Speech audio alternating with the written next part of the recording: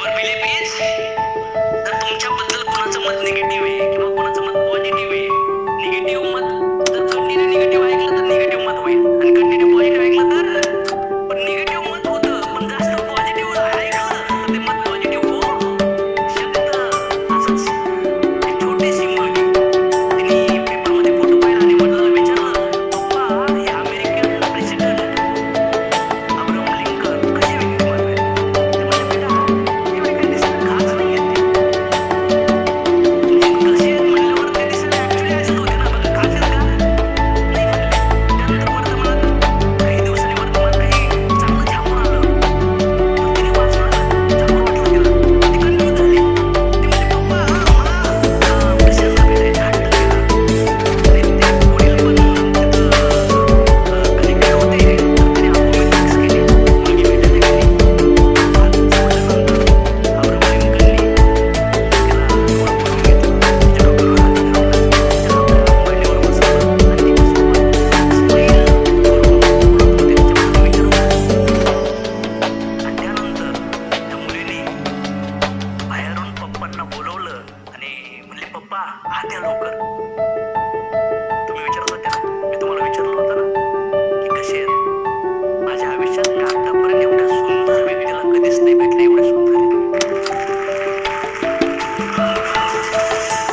आतले आवाज, बाहेरचे आवाज, समज में आया? बाहेरचे आवाज. 4 वर्षाचा मुलगा 10 दिवस शाळेत गेला फक्त. आणि शाळेत गेल्यानंतर त्याच्या बॅगमध्ये एक चिठ्ठी भेटली की तुमचा मुलगा बंद आहे, त्याला शाळेत पाठवा. आणि मी त्याला लेटर दिलं, don't worry I will teach my son. मुलांना सांगितलं, बेटा एवढं टॅलेंट आहे की शाळा तुला शिकण्याच्या लायक नाही. आणि त्यानंतर आईने त्या मुलाला शाळेत घेण्याची कोचिंग केली, व्हॅलिडिटी केली, त्याचा पहिले सन्मान केला. आणि बाजूचा झोपला. माझ्या बड्डेच्या आधी आईने जेव्हा जेव्हा ते सामान उचललं तेव्हा ते एक लेटर होतं. आणि त्या लेटरवर पाहिलं होतं की शाळेने मला डिझर्व करून सोडलं होतं, पण माझ्या आईने त्यात म्हटलं डिलीट करून कारल्याचं बी, लिंबाचं बी सोडून आंब्याचं बी प्लांट केलं माझ्या थॉट्समध्ये. आणि आज मी बल्ब एव्हरीथिंग डिपेंड ऑन थॉट्स. हे विचार करा आणि जय श्रीराम. पण प्रॉब्लेम काय आहे ना, 15-20 वर्षापूर्वी 15-20 साल पहले बहुत सारी टेक्नोलॉजी नहीं थी, इन्फॉर्मेशन बहुत कम थी, कंटेंट बहुत कम थे. इस वजह से हम लोग थोड़े से नॉलेज जो बुक में, किताबों में, स्कूल में कहीं से मिल जाता था ना, तो लेकर अपनी जिंदगी में अप्लाई करते थे. yes or no? लेकिन आज की तारीख में रील की दुनिया है. 10 सेकंड एवढं कंटेंट झालंय, एवढं पे झालंय की कळतच नाही कोणतं. म्हणजे कारल्याचं झाड का पुन्हा किती मिरच्या लावतात, पुन्हा बाजरी, पुन्हा ज्वारी, पुन्हा आंबा. एका दिवसात 50 बी एका वर्षी प्लांट करतात. आणि एका वर स्क्रीन टाईम अभ्यास. मग विचार करा, पुस्तकाची काय अवकात आहे मला बदलायची. विचार करा, पुस्तक ज्यांनी लिहिलंय त्याचं खाजून जरी आलं ना मला बदलायला, तरी मी करू शकत नाही. yes or no?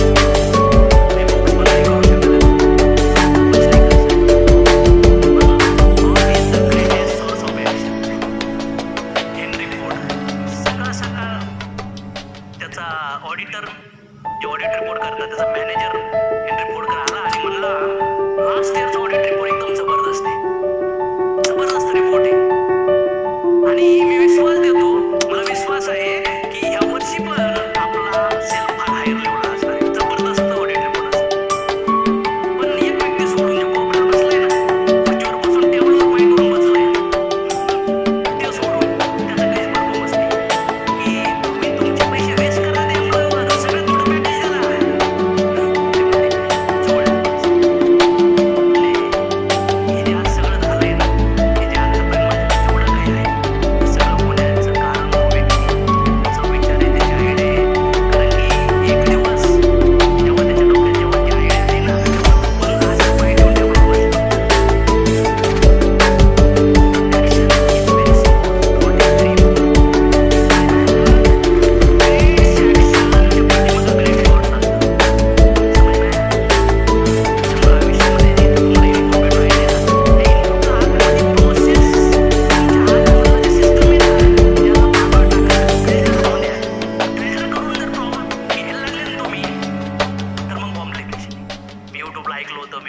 ऐकलं होतं, मी पुस्तकात वाचलं होतं, शाळेत आज शिकवलंय, हे असं हे फिल्टर बंद करा.